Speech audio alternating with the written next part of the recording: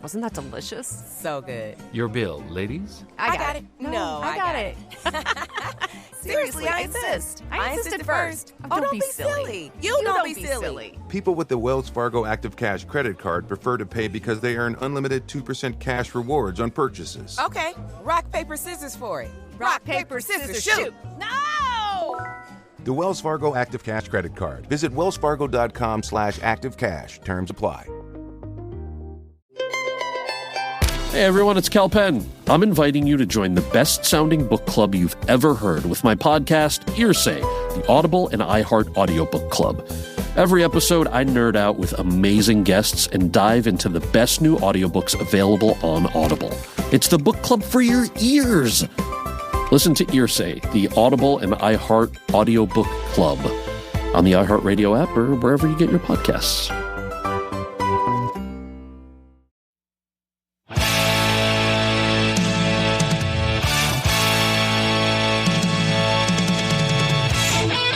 Welcome to Critical Hit, a Major Spoilers podcast. Thank you so much for downloading and checking us out this week. We are down on Haunted Island, Rodrigo, and I think something's about to happen. Yes. I believe you guys were actually on your way from Haunted Island to the outskirts of Mohan Garden. Yep. Because last time on Critical Hit, you guys got a lead on the computer that was plugged into the Snorplek. Mm-hmm. And it looked like it had appeared around Mohan Garden, which you guys found out that any of the stuff that had been appearing around the continent that the Magellanics got a hold of, they were gonna like basically put in a train and ship it to like a specific place. So if you guys wanted to get a hold of that computer, you really have to get it before it makes it to the capital, or the PND, as it were. And we have at least some members of Jaguar House assisting us.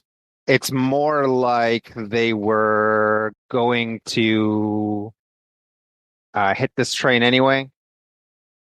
Okay. But they definitely recognize that like having you help would be optimal.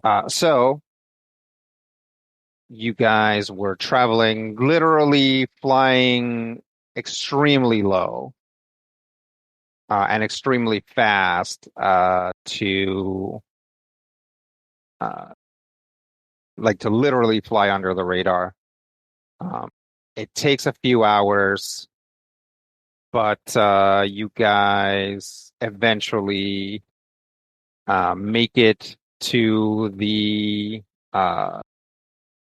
continent.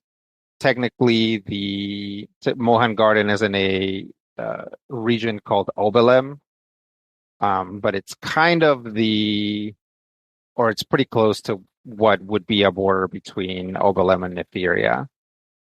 As you approach the continent, the ship slows down before flying into a very forested sort of delta type area at the mouth of this river, and then will basically just like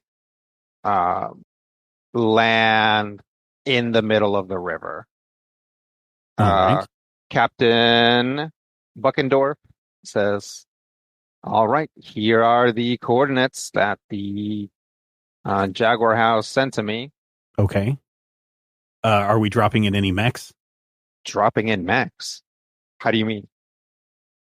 Dropship? I don't know. No. We're going in on foot on this one. Yeah. Oh, okay.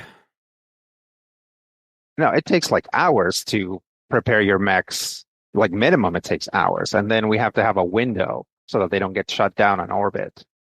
All right. And I pull out my light signature weapon and, I don't know, cock it, turn it on, charge it, insert a battery, whatever. Yeah.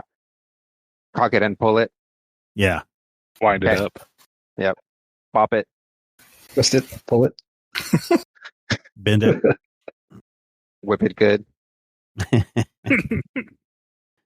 Okay. Let's go then. The shuttle door opens, and you find yourselves in a fast-moving but shallow river. And by shallow, I mean it's up to like your chest. Okay. Wade to shore. Okay. As you begin wading to shore, Chameleon spots what to anyone else would seem like, a random glint from maybe the water or some sort of like warning light or something like that. But when he spots it, he knows that that's where that basically somebody just like flashed him a light to tell him where they were. Hey, guys, over this way. Turn on my comms.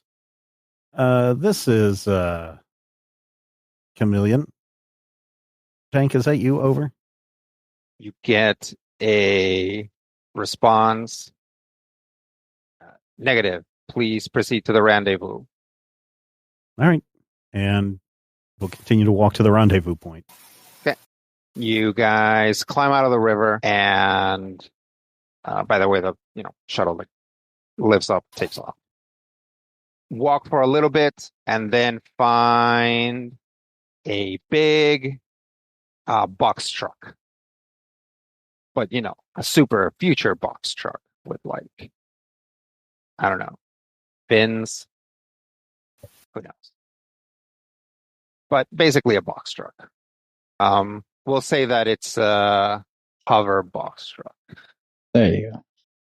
Standing by the box truck are two people that are dressed so inconspicuously that here, standing by this truck, it becomes conspicuously clear that they're Jaguar House operatives. When you guys sort of emerge through the foliage, they nod to you and motion for you to get in the truck. Also over by them, there's like, I don't know, like 100 boxes of maybe 2 or 3 different sizes. Okay. Hope we're not loading all those. We are. All right. All right. No. Get in. We're climbing in the back. Yep. All right. Hop in. Yeah. All right. So you guys hop in. At which point they bring what essentially looks like a piece of like fence, like I don't know, it's like a grate. It's like a big grate that's basically the size of the inside of the truck. Like the dimensions are like, like the X and Y axis of the truck compartment. And basically slide it into place, creating a separation between, we'll say 1/3 of the truck where you guys are all the way in the front, technically, and the rest of it, at which point they furiously pack all the rest of the boxes, essentially creating a wall of boxes between you and the truck exit or the, gates or whatever. Sure. Essentially walling you in, but also completely hiding you. And anybody who did a cursory inspection would obviously just see a ton of boxes, and not be able to like spot you back here. Okay. You hear the thing, like the gate slide back down. Is it called the gate? I might like. Yeah, we'll call it a gate. Okay. It's, slide back down, latch, and you hear a like tap, tap, and the truck starts moving. You get a request, you guys get a little ping in your comms.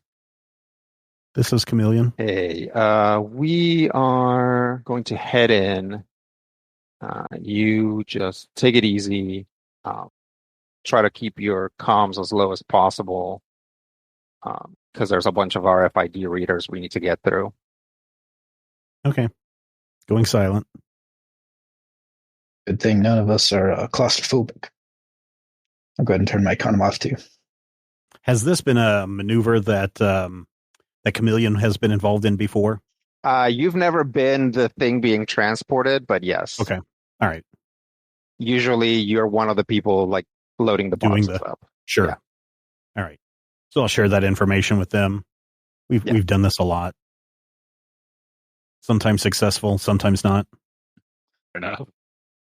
All right.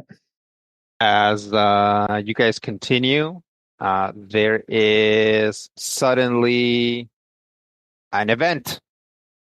Da-da-dum. Yeah. The event is experienced differently by different people.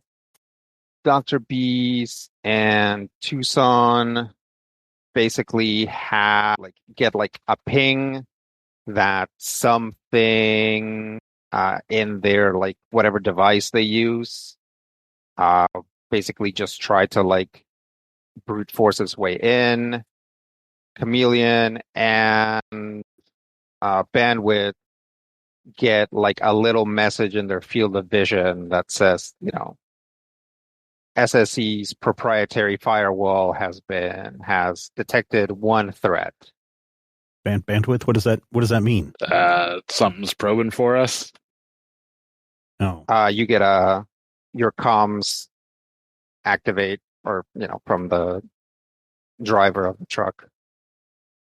Hey, you guys get that? Yep. Mm-hmm. Okay, all right. And then you hear another voice, presumably somebody who's riding along with them, is like, oh, you know what this is? It's the new RFN. What is an RFN? Oh, it's Radio Free Neferia. Here, I'll just play it, and you guys hear some distortion, which then turns into some kind of tinny sounding music, it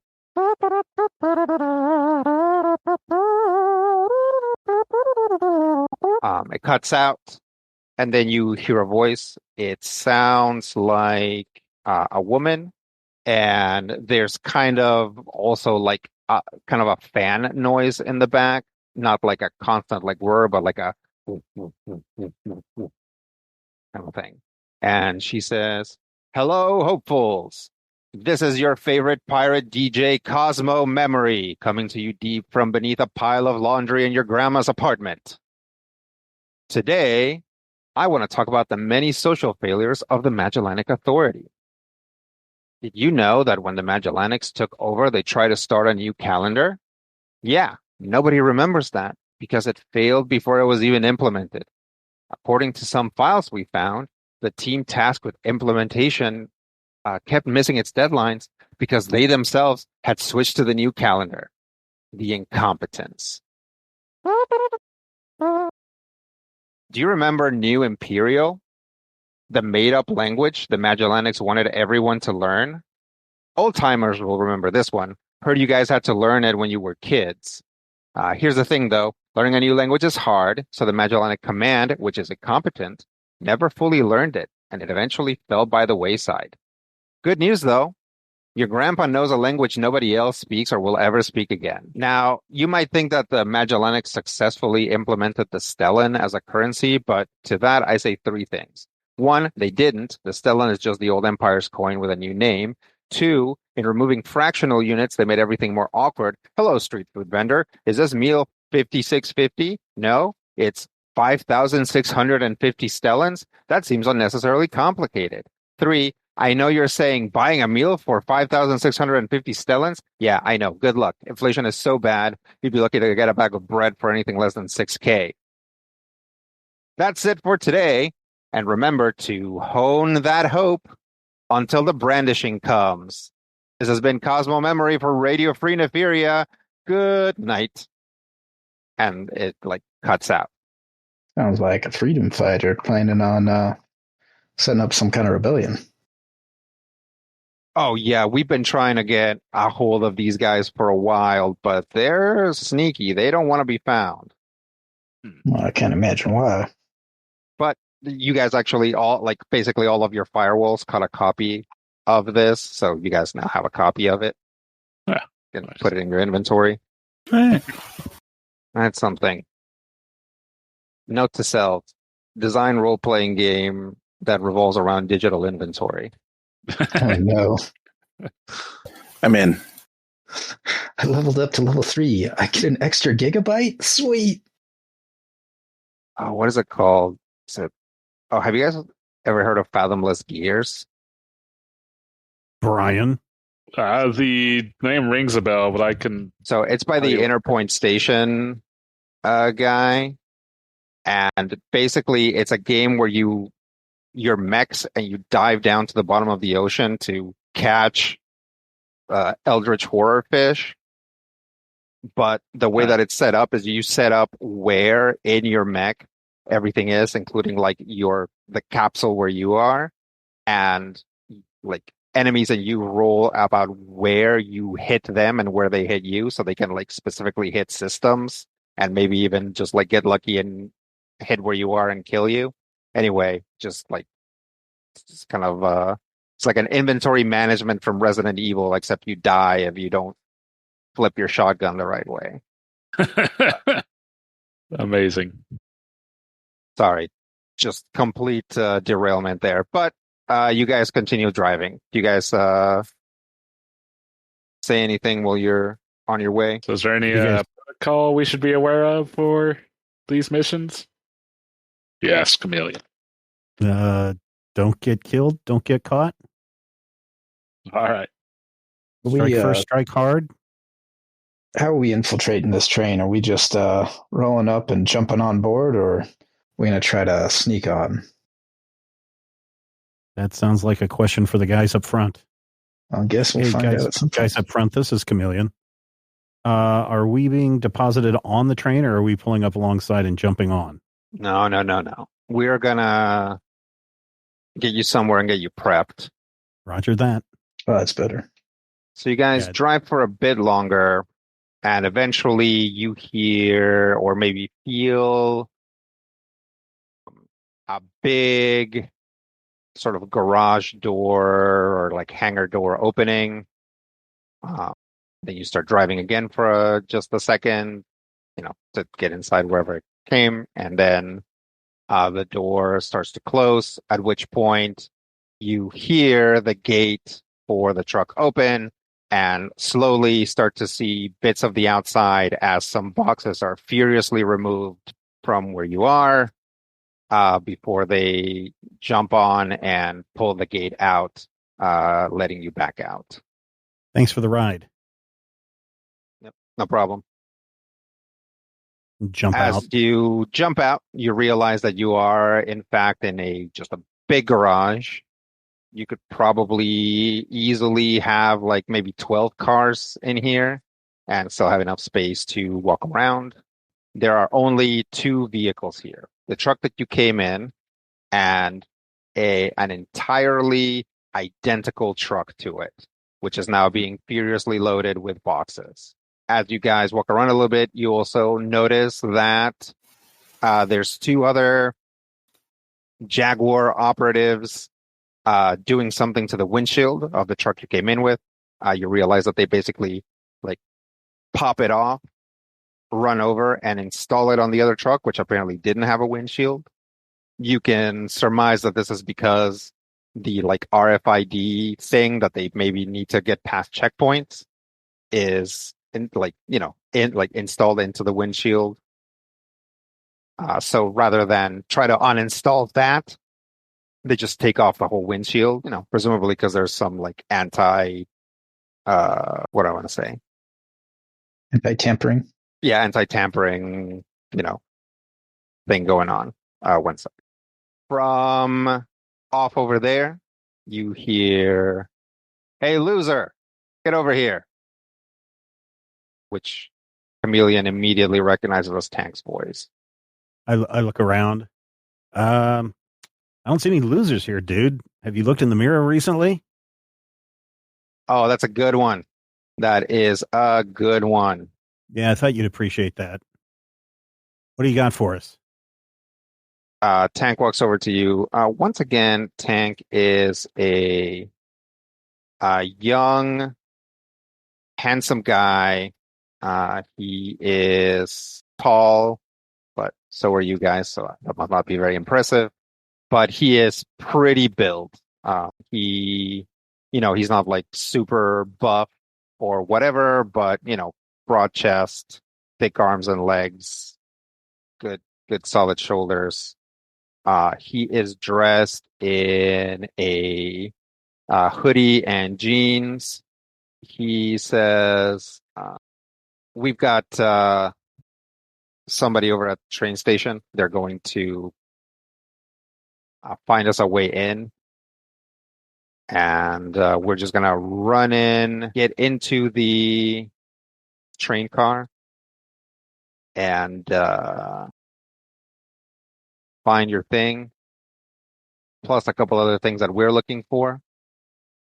And then as soon as we get to the first stop, we're going to pop out and then walk to another rendezvous point."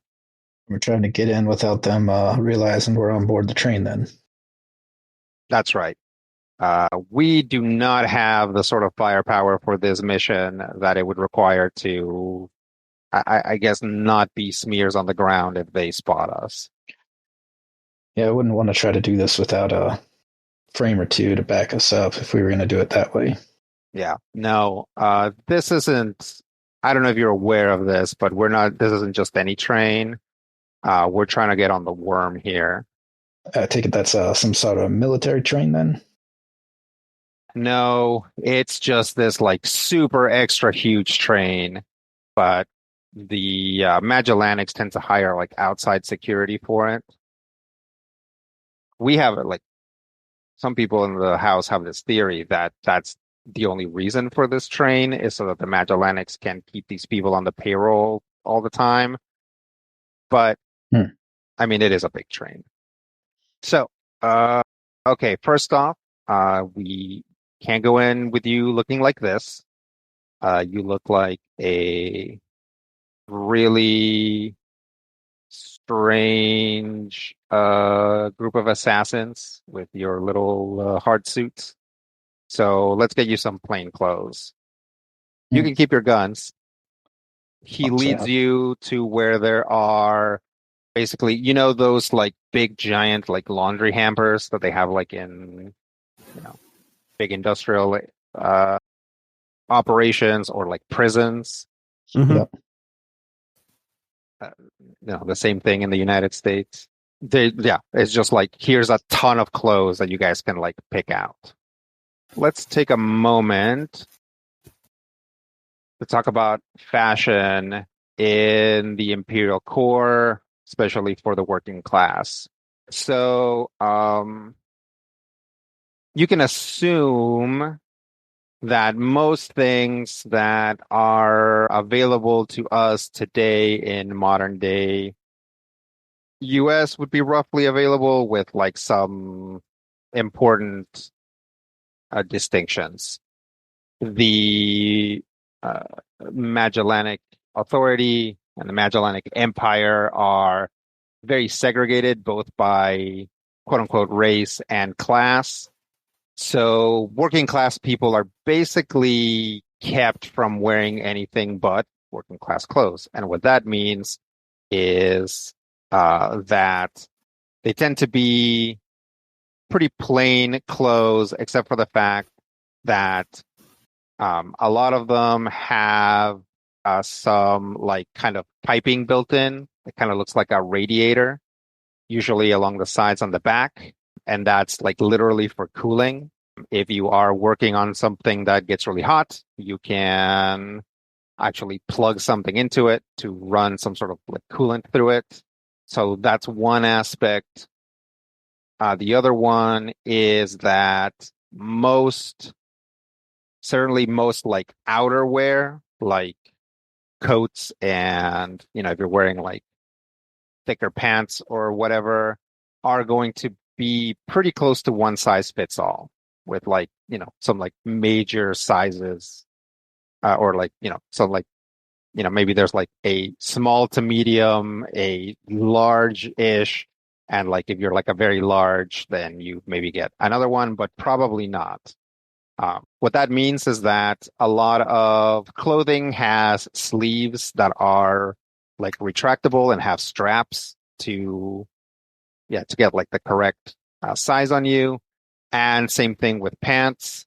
They have like an adjustable cinch aside from potentially a belt loop or suspenders or whatever to reduce the size of the waist. And same thing, the legs have like straps at the bottom, which, when you put it all together, if you think about, basically what Tank is wearing, he's wearing some jeans with some cool straps at the bottom and a hoodie that has like strap on his forearms and like some like wiggly cooling stuff down the back and the sides, like under his armpits. And, a hoodie that probably comes up a little bit around the neck before the hoodie, as opposed to like the hoodie being like directly built into like the base of the neck. The neck comes up a little bit because there's also some cooling that can be run through there. It's all like his stuff is all like gray, like he's got like, kind of washed out jeans and a gray hoodie, but there are many colors available to you. Anywhere from gray, darker gray, navy, khaki, and brown. I guess I'll go for khaki. I would imagine it's not too much different from what I currently wear, but I'll change into something that makes me look like whatever a janitorial class would wear. Okay. Yeah, you can get like some overalls and a coat. Yeah.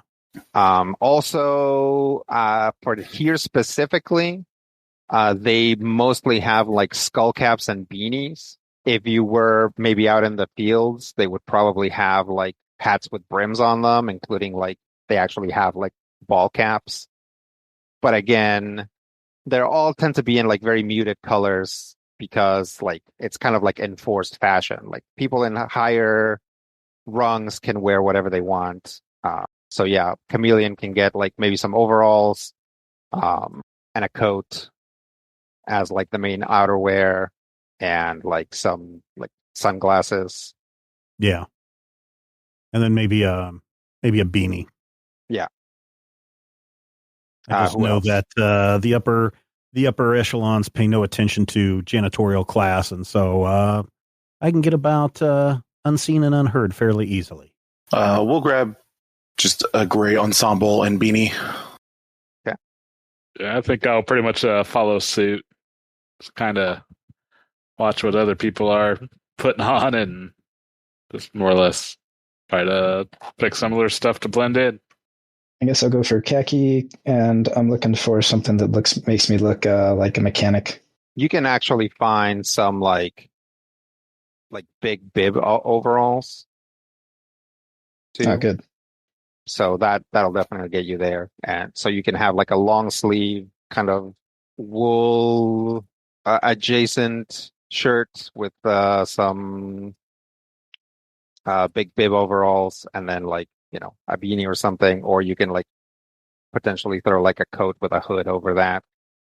Are the clothes, do they look well used, or they look like they just came off of I don't know, they've been recently cleaned? They look used. Okay.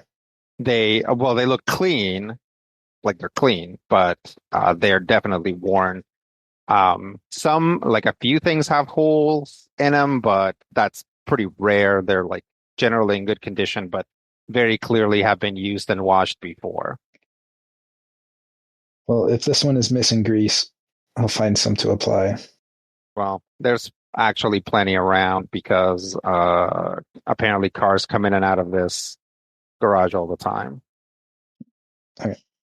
Once your key is reduced all the way to low key, Tank says, all right, we are going to head through here. And he projects a little map from his device. We're just going to move through here, down these back alleys, and then around here, we should either run into our operative or see a message from him. And then we'll know how we should go about infiltrating the train. Okay. Lead the way. Tank turns around, goes over to the door. Not the big hangar door, just like a regular person door. Walks out. Tucks his hands into the pockets of his hoodie and starts kind of, not super fast, but hustling down the street. Yeah, same. Head down. As far as our equipment that we've got with us, we were able to keep our weapons. Yes. But not our hard suits. How about the rest of our gear? Depends. If it's something that you could reasonably keep in a pocket, you can keep it. If it's too big, then no. So if you have an additional robot arm, can't bring that. Okay. But trauma patches or whatever. Yep. Anti-photon visor. Yep. Handheld printer. Sure. The handheld printer turns out is not quite handheld, but it does have a strap. And there is it's not unreasonable for a mechanic to have a handheld printer. So you can carry that without too many problems. You guys follow Tank as you move through the back streets. It's a ways. You guys are walking for a good while before he kind of stops you and peeks around a corner. If you guys peek around the corner, you see a lady who is dressed in, again, sort of just a big navy coat and jeans and boots and gloves, has a pair of goggles, and she's leaning up against a wall with her hands behind her back, and then kind of walks off, at which point Tank points at the place where she was, and you guys see what to the majority of you looks like nonsense scribbles that have been put on the wall with chalk. I recognize it. Yeah, you can tell what it says. It says car 8, 3 o'clock vent. Yeah, so car 8 has a vent at roughly the 3 o'clock position that presumably has been opened or loosened or something like that. And Chameleon gets that. All right, where's the train at, Tank? Would be at the station, genius. Yeah. Sure enough, you guys continue moving, and eventually you spot the station because you spot the train. The Worm is, in fact, an enormous train, not in that it's super long. There are some very long trains with lots of cars behind them, but the cars themselves and the engine itself is huge. They're basically each car is basically a small warehouse. You could comfortably fit 4 size 2 mechs inside one of these carts. Maybe not comfortably, but you could definitely fit them in for transportation. The cars are made of a smooth, sort of silvery material. It's not fully reflective, but it's more it has a silvery sheen to it. Some of them are tagged with graffiti, but not a lot of them. And All of them have a number that is large and visible in black. The numbers are not in order. So one car says like 21, and the next car says 6, and the next car says like 14A. So you guys are gonna have to do some looking. Some additional things you spot: people loading stuff in and out of mostly into the train. So there's some carts that are open and people are loading stuff in. And of course, maybe we'll say this thing has about 40 cars, and there's probably 6 mechs that are like moving around right now. The majority are either on the platform or down on the ground next to the train, but a couple of them are like on top of the cars, and the cars seem to hold these mechs just fine. All of these are size 1 mechs.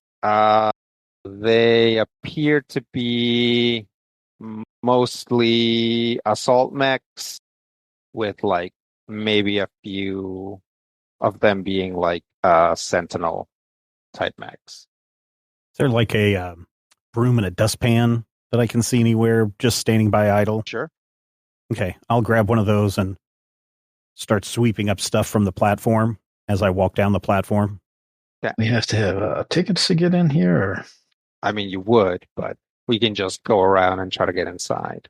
Steven, why don't you give me a skill check? Sure, I'm going to do a spot check. Spot details objects or people that are hidden or difficult to make out, and see if I can easily spot where we can slip in and get closer to the train. Okay. So that'd be a D20 plus 2. And I get a 7. You spot the number 8 car. It's right over there. Oh, there it is. Guys, look, there it is. Yeah. When you turn around to say, guys, there it is, you realize that they did not follow you. Oh, okay. And like there's now like a big ass mech between you and them. Okay. I'll pretend to look at my watch, and I'll do a stretch like I've been working too long, and then I'll reach out with my hand and kind of point towards where car 8 is. Okay. What do you guys do? Do we see his indication there? You do see it. You see it very clearly. Okay.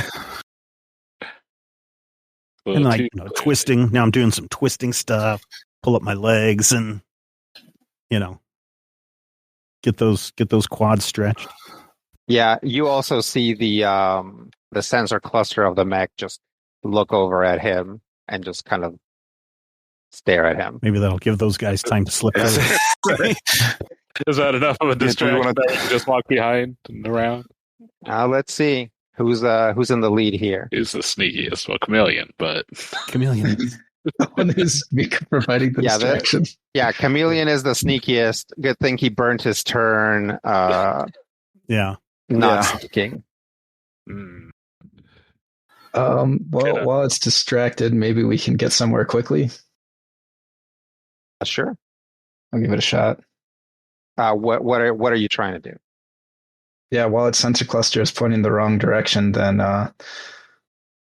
we can just basically move up to the train car and try to find the vent we're looking for. So this is a platform, right? Which means that there is a space between the cars and the platform itself. If you wanted to like kind of walk along the platform, like along the bottom next to the platform, you could try and do that. But again, the focus here isn't like not doing it quietly so much as doing it before that mech notices you. I guess what side of the train are we on? Are we on the like 1, 2, 3 through 5 side of the train, or are we on like the 11 through 7 side of the train? Yeah, so it's going to be on the right side looking at the engine. So that is correct. It would be in the right side, like top right, looking at the engine. That is correct. You guys are on the right side. Ooh. So Okay. Oh, you guys are like, but is that good? No, that's Because that's the that's the worst. size. That's also the side where all the mechs are.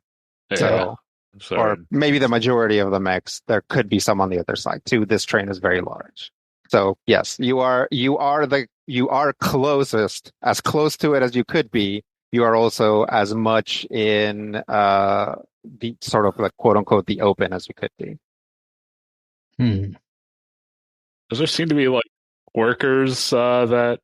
Yeah, there's Make workers this- loading stuff into the train. Okay. We just walk on by like we totally mean to be here and supposed to be doing this. Go ahead and try that. Sure. Fly casual. Yeah. All right. Do you have any triggers that might help with Would that? staying cool or maybe reading a situation apply? Stay cool, definitely. Stay cool. Okay. Yeah. I got 2 to that. That's good. Go ahead and roll a d20. I'm looking for a 10. Well, nope, because I rolled a 7, much like Steve. Another 7. You lucky. Yeah, one more, and we can all buy lottery tickets and retire. The exact same roll. You're like, yeah, time to blend in. And you and presumably the other 3 guys, so you, everyone except for Chameleon. Tank is gone, by the way. Of course. I see. He's abandoned us to our fate. You guys start walking casual. An enormous lady kind of walks into your path and says, "You guys from up north? Yeah. You're late." Sorry, man. All right. Well, you're on forklift duty. I'll hop in the forklift. Okay. Take all those pallets, take them back inside. All right. Okay. You guys help line up some pallets into a forklift. Are we loading these on the train or off the train? Oh, you are taking them back inside. Like, Okay. you are taking the pallets that have already been loaded and taking them back into presumably the warehouse area. So you have just earned yourselves an assignment that gets you farther away from the train. Once we get over there, into the Okay, warehouse. so you guys take the stuff into the warehouse? Okay. Yeah, I'm going to see. Hey, this if- forklift's pretty nice, actually. Sweet. I will see if there is anything being loaded back on the train. Like from this warehouse or in this area. There is some stuff that is still waiting to be loaded. I will drop this stuff off and then basically go and just start picking up the stuff that needs to be reloaded on the train. Okay. When I come back out with it, I am going to purposefully cause some sort of collision with one of the other things that is loading stuff on the train. Okay. To create a distraction? Yep, I'm going to create a distraction. And once it happens, I will do a real good job of helping organize it and get it going again very loudly. And so I will take control of that situation. Hey, watch where you're going. Go over here. Yep. I need something for the distraction itself. So the commotion of the collision with the other vehicle is going to, drop the whatever it is I'm loading, the boxes all over the ground and arguing back and forth with the other driver. Let me look at the triggers real quick. Best I got is take control. Yeah, I don't like take control for this. Okay. Just let me see. I'll just roll flat. Gotta have better luck than us, right? I mean, it's like a 50-50 chance with it's straight 50-50 with just a d20. So It's slightly better than that, even. 'Cause we just need a 10. Yeah, true. Slightly better. I think you're gonna have to just roll it flat. All right. Well, Wow. Better lucky than skilled, I guess. I got a 19. Crash. Hey. What the heck? Are you one of those up north guys? How'd you know? All right. So Tucson creates a distraction that basically is so loud and obnoxious that even the mechs, even like the now two mechs that are staring at Chameleon doing his stretches, turn their attention in that direction and start moving towards it just to make sure that it's nothing like untoward. This opens the ability for everybody except for Tucson to get into to try and find this vent. So, what do you guys do? So we have a general idea where the vent is, but can't identify it readily. No, you just have to. Presumably, if you get to the 3:00 position on it, it should be visible and accessible. All right. While all the distractions going on, head over to that point. Okay. Yep. Sure enough, there's a vent. It is actually just fully open, and when I say a vent, I mean it's rectangular. It's like a big rectangular hole, and there is like a little ways of like kind of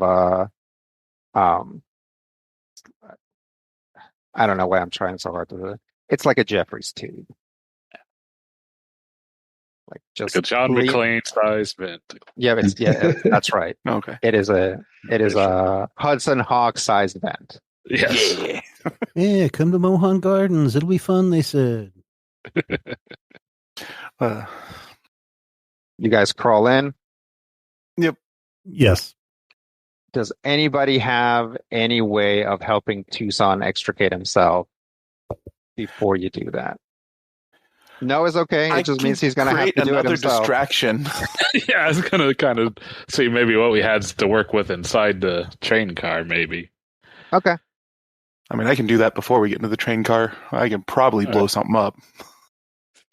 Well, so you gotta be careful, because if you stop the train, right, if they're like, okay, this is like too much stuff, and they stop the train, they'll search it, and basically the whole thing will be that much harder. So maybe an explosion, as your little like common sense angel, maybe an explosion is too much. Yeah, that's why I've been quiet the entire time. Like, I could do this. This seems like a bad plan. Rob is just sitting there waiting for things to get bad enough that it will be a smart idea to blow something up. Exactly. No, could I hack any sort of vehicle or anything that moved to just send it off in a direction that's away from Tucson?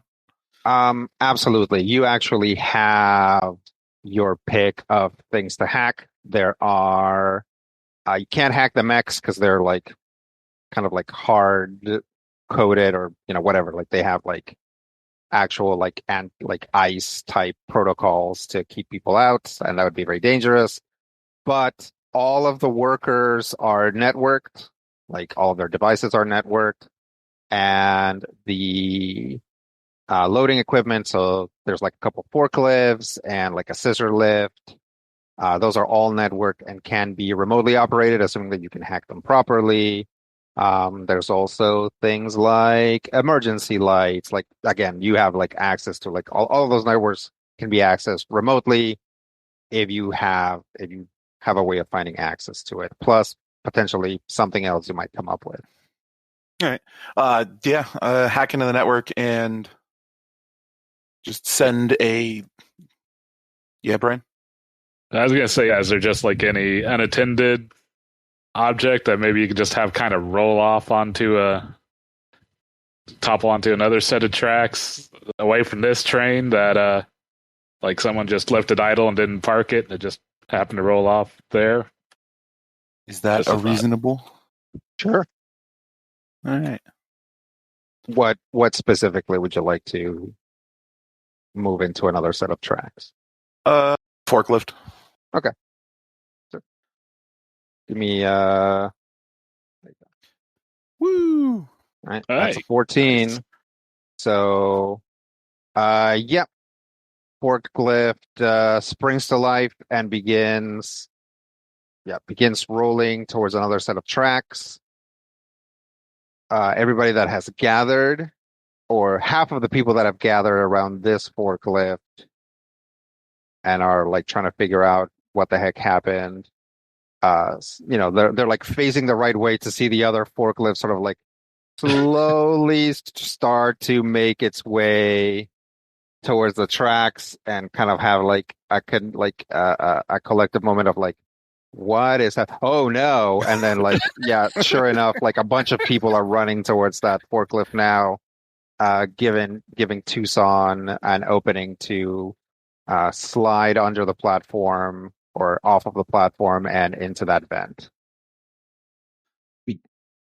Yeah, reach out a hand to drag Tucson in. Okay. All right. You guys are now inside this train car. All right, listen up. The only gift that any dad wants on Father's Day is Goldbelly. Goldbelly ships the most iconic foods from the best restaurants across the country straight to his door for free. Let him kick back and chow down on award-winning barbecue from Texas, epic deep dish pizza from Chicago, or colossal pastrami sandwiches from New York. Make Dad feel like an absolute legend this Father's Day and go to goldbelly.com to get 20% off your first order with promo code DAD. That's 20% off at goldbelly.com, code DAD. You ever get the feeling the city walls closing in, the concrete jungle suffocating your soul? You crave wide open spaces, the chance to connect with nature, maybe chase some elk, fish a private stream. Well, listen up. There's a whole world out there, and finding your own piece of it just got easier. Head over to land.com. They've got ranches, forests, mountains, you name it. Search by acreage, location, the kind of hunting or fishing you dream of. Land.com. It's where the adventure begins. Again, it is very large, right? It's like a small warehouse. It's tall. There's stuff mostly stacked up against the walls, but there's basically clusters of things along the center as well, essentially creating two walkways on either side of the clusters in the center, with like obviously the ability to walk back and forth between the clusters. There's all kinds of crates. There's all kinds of large metal containers. You can see pretty much everything here in this cart appears to be very recently packed stuff. You can tell because it has like some like tape over it, and the tape looks pretty much pristine. And it's mostly taped to like show what it is and show like where the opening is. It's not like taped shut, but also because tape, has to be basic. If you tamper with it, it like becomes very obvious. So yeah, you would imagine most of the stuff in this cart was packed up today and brought straight over, which tracks with what you're looking for. Also, Tank is here. Oh, hey, Tank. Okay, took you long enough. Yeah. So what are you guys looking for? Or a computer hard drive or some such. Yeah, I'll pull up the actual schematics that I've put together and show him. All right. Well, better get to looking. I suggest, and he pulls out a, basically a pocket knife and, holds it in, like, towards you guys in general. I suggest that you cut down and off of the tape. You should be able to lift it up. All right. Sure. I mean, they're going to know we were here eventually, but the longer they take to figure it out, the farther away we'll be. So we quadrant this off, and each of us search a section. Okay. Yeah, probably now would be a good time to spot something again. Sure. Start poking around. Okay, all right. And get a 14. Okay.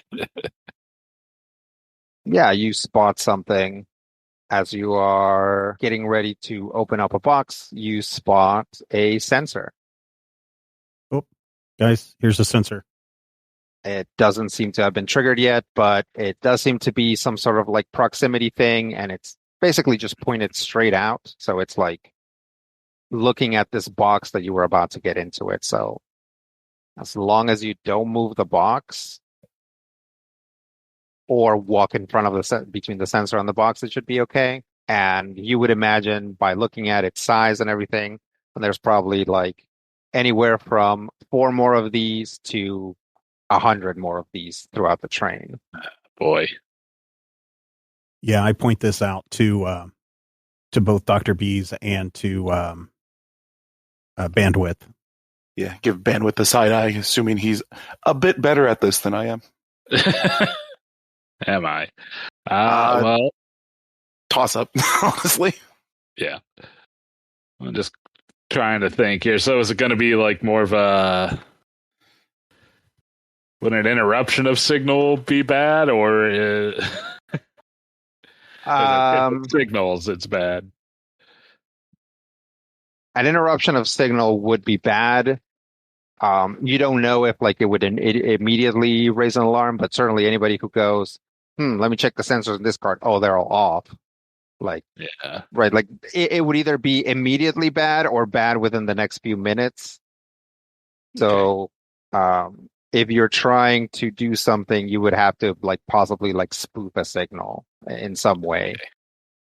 So it is transmitting, but it is like not. It will do an alarm basically if it detects.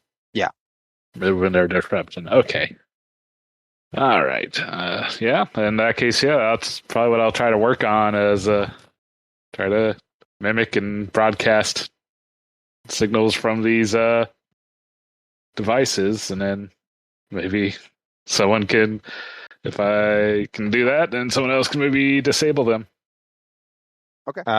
What are you thinking? Do you have a trigger for this? Invent or create? It's more of a hacker fix situation, I think. In that case, maybe Dr. Bees? You don't have hack? Okay. No, I don't. I guess it was a toss-up. Yep. Yeah, we'll spend a few moments back and forth on figuring out how to deal with this and determine which of us is going to be better at each of the portions of this problem. And Dr. Bees will start hacking. Okay. Go for it. 20. Nice. All right.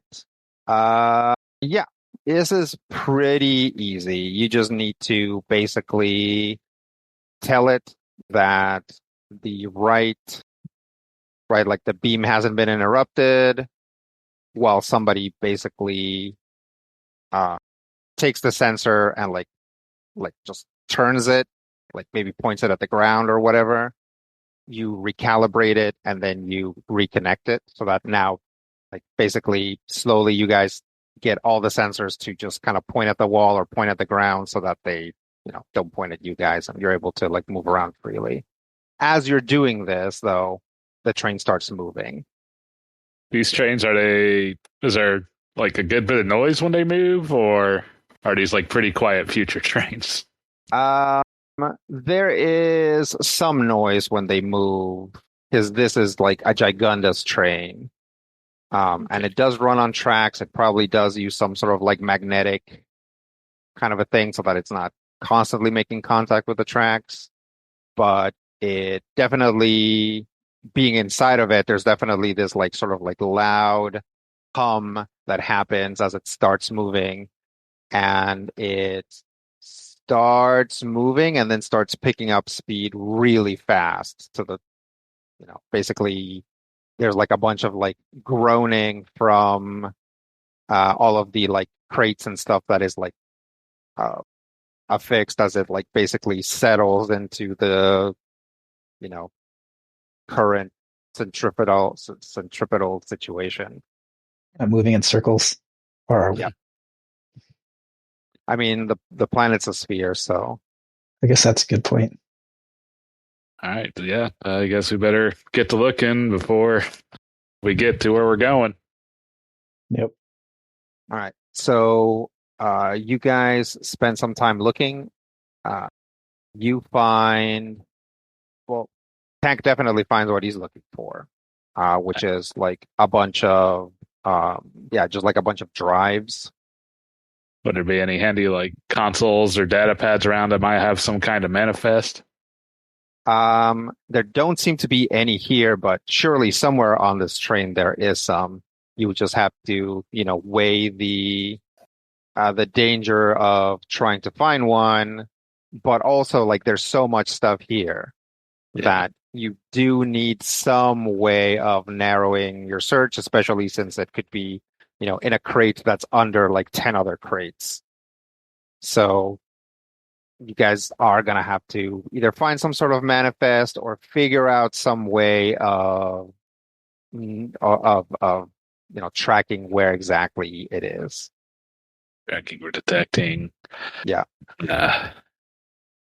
Well, I mean, I would float the idea of maybe locating a manifest to Chameleon to see if that's something he would want to risk doing. Since we are like trying to look for something that was displaced by the Snorplek, would there be any like residual radiation signature that maybe I could some sort of? You could try that. Yeah. Yeah. So yeah, that's what I'll try to do is try to make some sort of detector to find stuff that was displaced by that Snorplek. Okay. And try to get our own energy signatures filtered out of that. Yeah, that's important. Okay. You want to try invent or create? Yes. Okay. Go ahead. Right. Nope. Shoot, 9. Man. Okay. By 1. Is there Too an much assist? interference. Is there an assist in this game? Not really. Okay. There is a way to push rolls. Yeah. So you roll once to achieve your goal and stick with the result, except if you want to push it. An unsuccessful skill check doesn't necessarily equate to outright failure, but it does mean that you have failed to accomplish your goal. If you do fail a check, you cannot attempt the same activity again unless the narrative circumstances have changed, e.g. time has passed, you have new gear, blah, blah, blah, or you push it. And that's in bold. So pushing it is like a system term. As long as a skill check isn't risky, which is also a system term, you can make a second attempt to achieve the goal of a failed skill check in the same circumstances. This is called pushing it. However, if you do this, the skill check immediately becomes risky, and we'll get to what that is. If the situation is already risky, you can't push it further unless the GM allows it, in which case skill check becomes heroic. A heroic check can never be pushed further. So before you roll a skill check, the GM can decide that the action you're attempting is difficult or risky, or both. A difficult roll is harder than usual and adds a +1 difficulty. A risky roll has a clear and obvious complications, even on a success. For example, if a pilot is trying to sneak into a heavily guarded facility, the GM might decide the roll is risky. Even if the pilot manages to sneak in, they're likely to have limited time to sneak out. When rolling a risky skill check, a character always suffers the consequences or a lesser version of them on any result under 20. A risky check still succeeds, and usually on a 10+, but the character suffers consequences anyway. If an action is so hard that success seems outlandish, the GM can also make it heroic. A heroic roll is only successful on a 20. And then, some more stuff there, which we're probably not going to do for this specific set of rolls. So you have failed. You can basically try to push it, at which point you're going to get a reduced version. If you succeed, you'll get a reduced version of what I was going to hit you with, but also succeed in potentially pinpointing where the computer is. Or you can basically just take some consequences and call it good, I guess. I mean, I'll kind of put it to the group. It's like, I could maybe try to push the signal. That could potentially get picked up by all the sensors here, but what do y'all think? Should I go for it or hold off? Yeah. We're talking about there being manifests around, possibly just on a different car, maybe? Or would that just be somewhere else in this car? Hey, Tank, do you have a manifest? Nope. I think it'd be in a different car, probably. All right. Yeah, it'll be in one of the staff cars, certainly. Which may also involve staff. Yeah. It would definitely involve staff. Also, as you move between cars, make sure the mechs on top don't spot you. Do we have any? We have some money on us, or do we not? You can, sure. My impression of the Magellanics here is that there's quite a bit of corruption going on, isn't there not? Oh, yeah. I could try going on the staff car and seeing if I could buy what we need. Maybe make up some story about how your supervisor lost their copy of the manifest and need it. Yep. See if we can get a hold of someone else's to make a copy. So I don't know which we think is less risky. We could try that and see if we can get anyone to bite. That might be an easier route at this point. Okay. Ugh. See how well I remember my childhood, and I'll to get to another car. Are we gonna have to like climb out the top and walk along the surface or something, or is there doors between adjoining trains? So there is a door, and there is like a little kind of soft plastic passage, right? Because it has to be flexible. Okay. So like some accordion fabric or something. Yep, exactly. It is like translucent, so you can see people moving through it, but not so transparent that you can clearly spot details between it. You can basically see like a silhouette moving through. There is no like code or anything. You can just open the door to the little passageway. All right. I will hope the next car over is a staff car. Okay. You move through. Are there windows in the doors? No. No. Okay. You move through and find yourself in another warehouse car.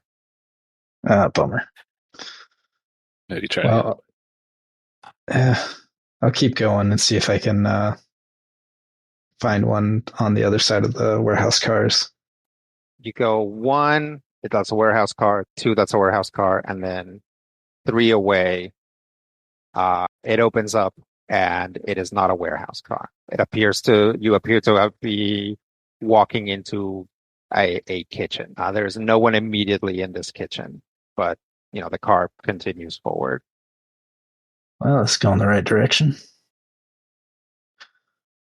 Hope they don't panic because I'm gone too long. All right, I'll keep going. Okay. You open that, and still within the same cart, you come out to a dining room. It is not like a fancy dining room. It's like a grunt dining room. I guess more of a mess hall than a dining room. There are only a few people here, just a couple of workers and a few armed guards. The workers and the armed guards are each sitting with their own groups, not sitting together. They all basically turn to look at you when you walk in. Not like immediately, like, what's all this then? But like, oh, what's going on here? Just doing some repairs and keep walking. Okay. Do any of the workers look like they have a personal computer? Yeah, there's at least, we'll say there's a tablet on the table that probably belongs to one of them or has been assigned to one of them. But all of the security people also have clearly some sort of device that seems to be attached to their temple that probably like works as a device. So they can probably like see stuff in like directly in their retina or whatever. Yeah, I'm probably getting myself in a lot of trouble here, but I will try to join in with the workers and see if I can just like chat up a little bit. and find out who is most likely to know the information that I'm looking for. Okay. Do you have a trigger for schmoozing the workers? I do. I have charm. Oh, nice. Yeah, go ahead and roll that. But I only rolled an 8. Okay. 4 plus 4. All right. You sit down with the workers and they all look very confused.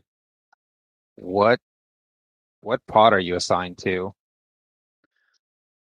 I'm actually from up north. No, what pod are you assigned to? Oh, go with number 8. Why are you doing all the way back here? Oh, well, see, I misplaced my. I'll look around at the security guys for a second before looking back. I left my computer data pad back at the terminal, and I'm supposed to be doing some inventory work right now. Ooh. I was hoping. Yeah, I'm in a lot of trouble. Don't know if I could get some help here, maybe. To make it worth your while. Okay, well, first off, shut up. Don't say stuff like that around company. Here, you can just borrow mine. They hand me over their data pad? Yep. Awesome. All right, I'll be right back. And I'll head back the way I came. As you start heading back there, they say, hey, where are you going? The even number pods are that way, and they point in the opposite direction. Oh. Right. Give a little nod and head the wrong way. Well, the way they pointed out. Yep. Walk into the next car, security barracks.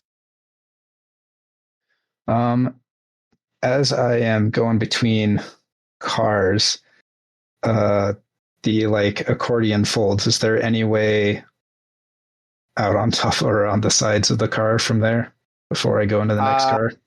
So, yes, there is a way to basically roll it back, but that cannot be done safely while the train is moving.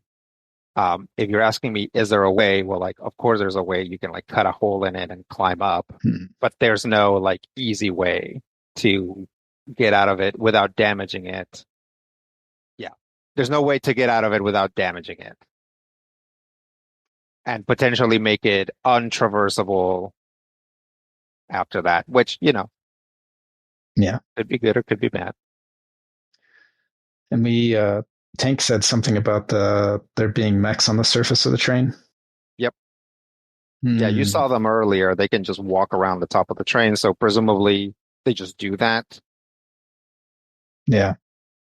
They just ride along to prevent, attacks from mech brigands, I guess. Exactly what we're doing here. Yeah.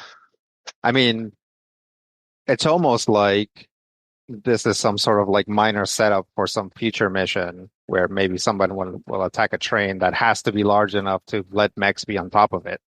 Yep.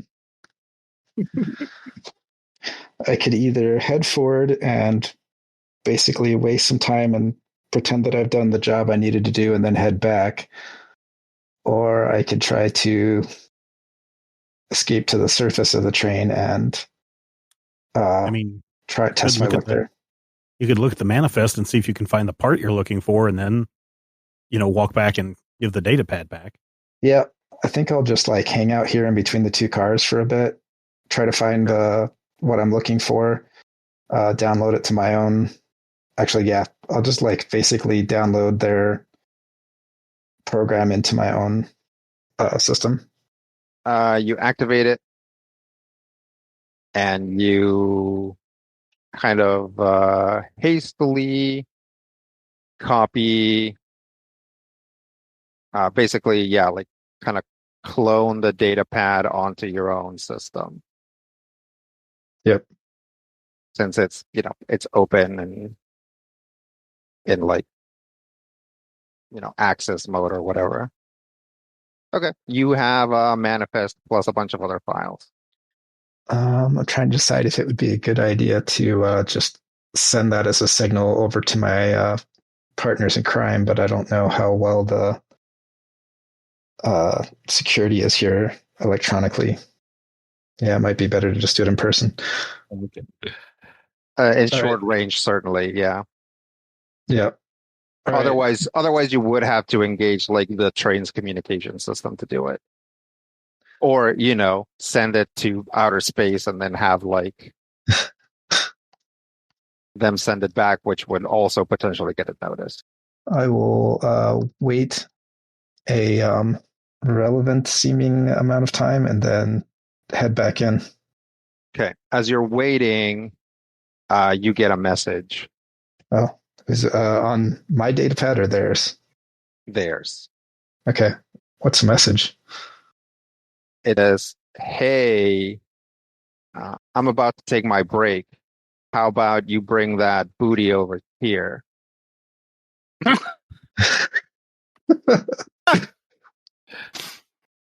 Awesome. All right. Then I'll head back into the dining car. Okay. Walk back up to that group. Okay. You got a message. I'll hand it over. Oh, that's nothing. That's an error. That's an error in the computer does stupid things sometimes. Oh, of course. Don't mind me. And when they get up to leave, I will go in the opposite direction, pretending that I'm just ignoring them. Okay. Hey guys, it's Tucson. Hey man, what took you so long? Oh my goodness. Don't want to even talk about it. But you get a message. I get a message? Yeah. Oh, so my own? Nope, you got a message to their tablet. Yeah. Because I cloned it? Yep. All right. It says, hey, don't send messages across cars because it always engages the system and they can track that. Dodged a bullet there. No, you didn't. Uh-oh. Oh, no. You just received that message. Crap. Lacrosse colors. Yep. Oh, no. We got a problem. Here, real quick. Let's get this data out of here, and then I need to get this off my pad. Not on airplane mode. Yep. Okay. You're able to find the manifest, and you can narrow it down to a couple stacks of boxes. Investigate those boxes. Hey, so you guys spend some time looking through the boxes. Hey, Tucson. Mm-hmm. Your tablet clone just got put in administrator mode. Yeah. Once we find the area of the boxes that we think it's in, I'm gonna delete that clone off of my pad. Okay. You delete it. Just at which throw point it out the train. Well, no, it's cloned onto. Oh, you mean throw out his device? Throw his data plan. Yeah. Okay. Well, that's what we need to do. That works for me. Are you gonna throw it crawl out of the vent and throw it onto the tracks or whatever? Yeah. You guys spend some time looking and eventually discover a really old-looking computer, a hard drive, basically. An IBM 5100. Well, I mean, it would. It's the super future, but so it would, pale in comparison, or rather, computers now would pale in comparison to it, but to you guys, it seems really old. So an IBM 51000. Yeah. I mean, what a piece of junk. It's like an Alienware gaming computer is what it is. Actually, since it was I guess it was put in by the army. It wasn't put in by the Steel Thatch. If it was, it could be a gaming computer, but yeah, no, this is just like a really old, pretty secure kind of army issue, like hard drive that's just meant to attempt to interact directly with the Snorplek. It doesn't have a monitor or anything. You'd have to like basically plug it into something to actually view whatever's inside it. Well, this is definitely what we came for, though. Yeah, Sounds like, yeah. it's the most likely thing that's here, since you guys were not able to get Snorplek readings. This is the most likely thing. That works. All right. So now how are we getting How out do of we here? get off? Yeah. We're waiting for the next stop, and then we climb out with it. Do we need to start mingling with the normal crew so they don't find us? I mean, maybe we just, I don't know. I think that's a bad idea. Okay. But I also think that we probably shouldn't stay in this car. Do we want to return the sensors to the original position or leave them as is? After we leave this car, returning them to their original position. You have to do it manually. Yeah. We physically moved them while we were in this car. Okay, well, yeah, put them back. Okay. You guys put them back? Yep. All right, well, it's a process. As you might recall, there's a bunch of them. So, Dr. Bees and Bandwidth start the process of putting all the sensors back, at which point, like, the door opens and somebody walks in. Critical Hit is a production of Major Spoilers Entertainment, LLC, and is produced and edited by me, Steven Schleicher. If you have thoughts, questions, comments, ideas, drop us an email at podcast@majorspoilers.com. If you want to discuss Critical Hit with other Critical Hit fans, be sure to join the Major Spoilers Discord. You can join it for free. There's a link in the show notes. Get into that Critical Hit channel and talk to your heart's content. If you're looking for character sheets, we've got those too. Point your browser to patreon.com/Major Spoilers.